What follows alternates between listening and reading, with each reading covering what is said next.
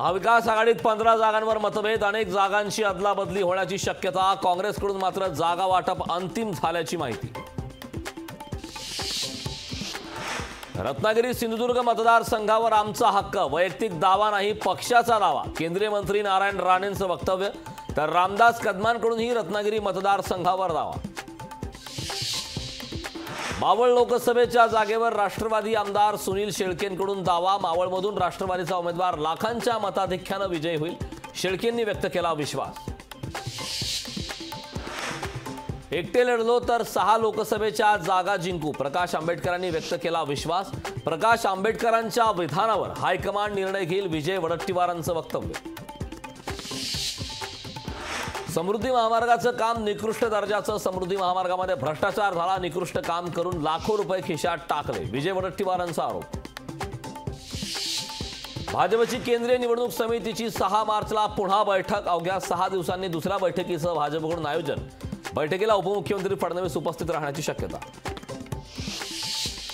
भाजप लोकसभा निवडणुकीत 80 विद्यमान खासदारांची तिकीट कापण्याची शक्यता। केंद्रीय निवडणूक समितीच्या बैठकीत व्यूहरचना ठरल्याची माहिती।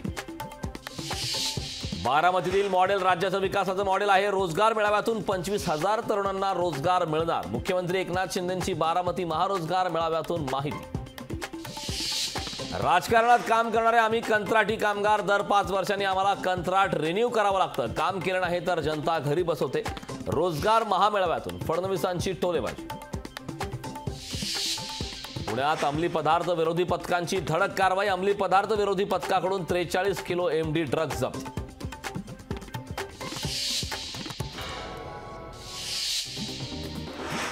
मुख्यमंत्री शिंदे, उपमुख्यमंत्री फडणवीस आणि अजित पवार यांनी घेतलं छत्रपती संभाजी महाराजांच्या समाधीचं दर्शन।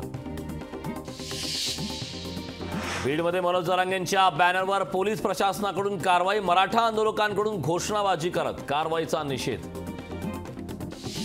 डोंबिवलीच्या कोळेगावात उद्या दुपारी 2 वाजता शासन आपल्या दारी, मुख्यमंत्री एकनाथ शिंदेंसह दोन्ही उपमुख्यमंत्री राहणार उपस्थित।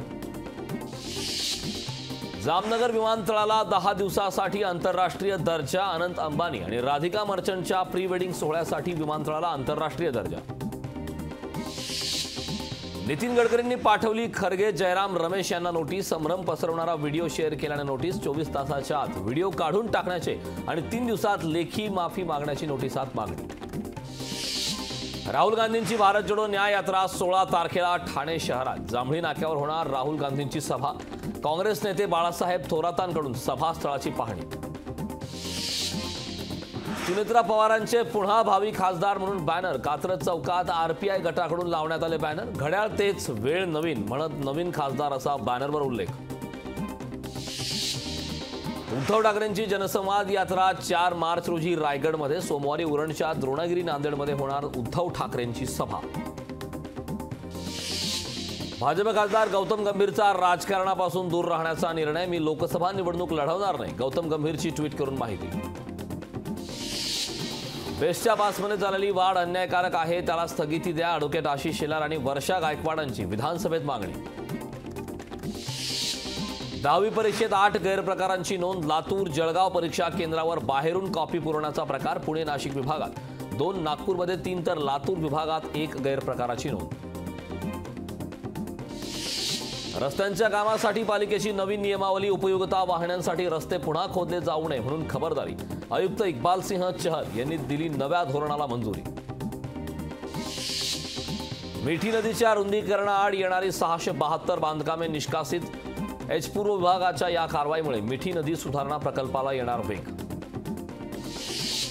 News broadcasting and digital standards ऑथॉरिटीची 3 हिंदी वृत्तवाहिन्यांवर कारवाई, नीतिपालन संहितेचं उल्लंघन केल्याप्रकरणी दंडात्मक कारवाई, विशिष्ट कार्यक्रम संकेतस्थळावरून हटवण्याचे आदेश। अबुधाबीमधील हिंदू मंदिर भाविकांसाठी खुलं, मंदिरात येणाऱ्या भाविकांसाठी मार्गदर्शक तत्त्वे जारी केली, तत्वानुसार टी शर्ट, कॅप आणि घट्ट कपडे घालून येणाऱ्यांना मंदिरात प्रवेश नसणार। धाराशिवमधील उर्वरित 6 मंडळातील शेतकऱ्यांना मिळणार पीक विम्याची रक्कम, खरीप 2022 नुकसान भरपाईच्या अनुज्ञेय रकमेतून वगळण्यात आलेल्या शेतकऱ्यांना लवकरच मिळणार रक्कम।